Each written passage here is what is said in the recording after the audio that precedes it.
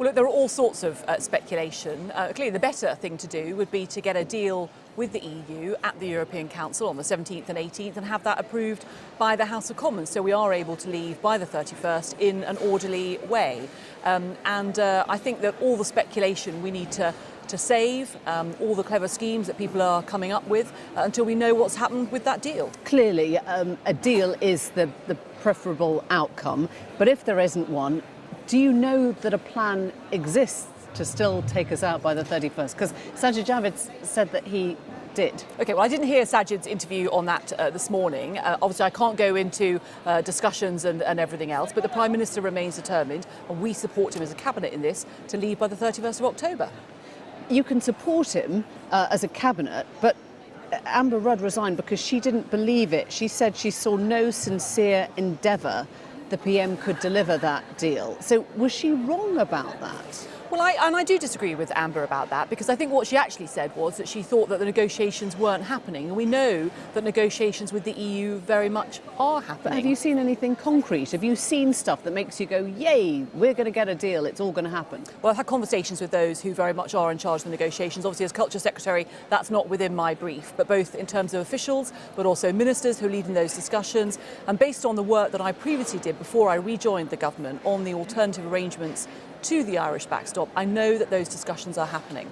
There were signs last week that you weren't comfortable with the language used in the Commons. You tweeted afterwards, we all need to remind ourselves of the effects. What did you make of it?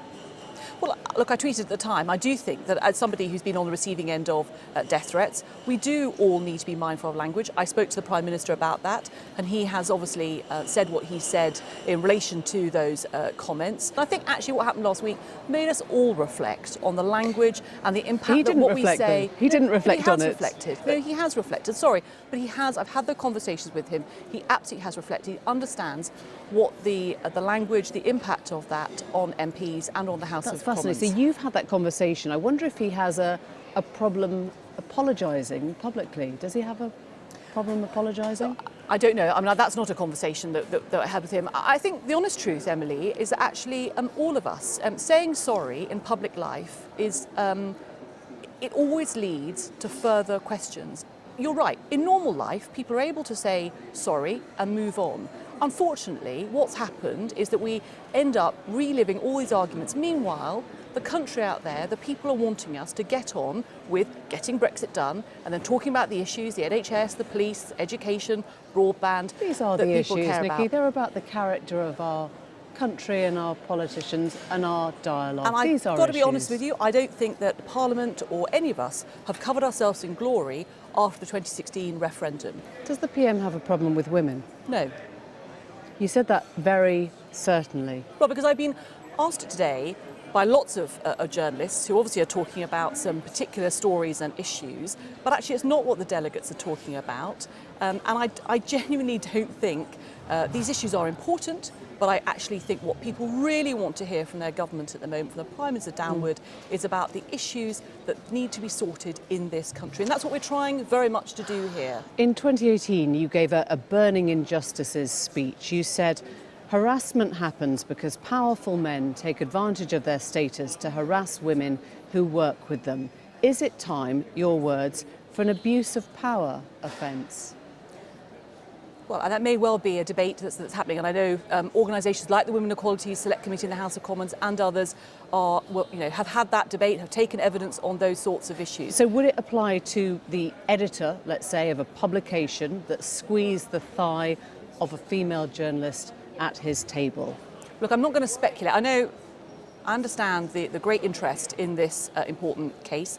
The Prime Minister obviously has been very clear. You were the one that said maybe there should be an abuse of power offence. I'm just asking if that situation would come under what you call an abuse of power offence. Well, strange enough, I'm not going to sit here and make law or legislate on the BBC, because actually those sorts of issues need to be properly discussed in the House of Commons and in other places, through consultation, through taking evidence from people who have been affected or caught up by those sorts of situations. Do you think this could be an abuse of power? Who do you believe? Well, it's not a question of what I believe. The Prime Minister has been very, very clear, and Downing Street obviously have said categorically that the accusation is not correct. I don't know the person who has complained. So he's obviously denied that at the time.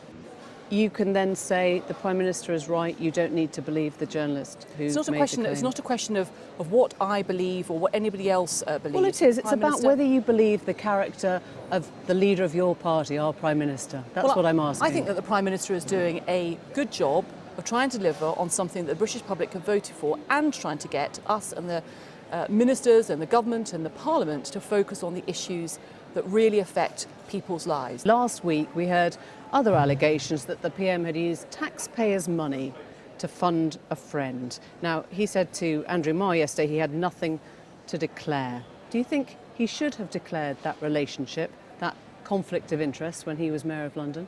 Well, again, the Prime Minister is very clear that there wasn't any impropriety in relation to what happened. And What again, do you mean there wasn't any impropriety? well, he has said that there is no impropriety.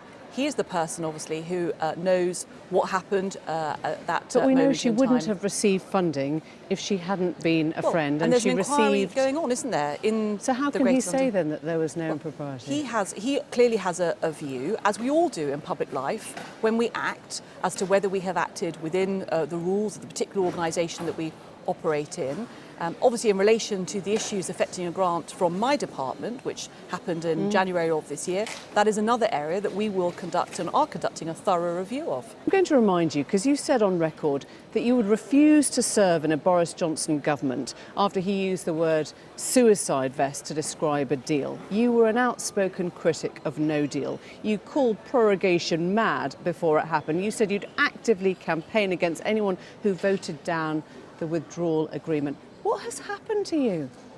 The withdrawal agreement has been defeated by the House of Commons 3 times. The House of Commons declined when the indicative votes process happened in April. What has to happened to come the Nicky a Morgan that conclusion. ruled out all these things, that ruled Well, out I'm just working for explaining it Boris to you. Johnson? I'm explaining to you because actually what I hear, what Nicky Morgan hears as a constituency member of Parliament, is an absolute desire for this Brexit issue to be resolved. The House of Commons so far has declined to do that, as I say, by declining to approve the withdrawal agreement, by declining to find a way forward through indicative votes.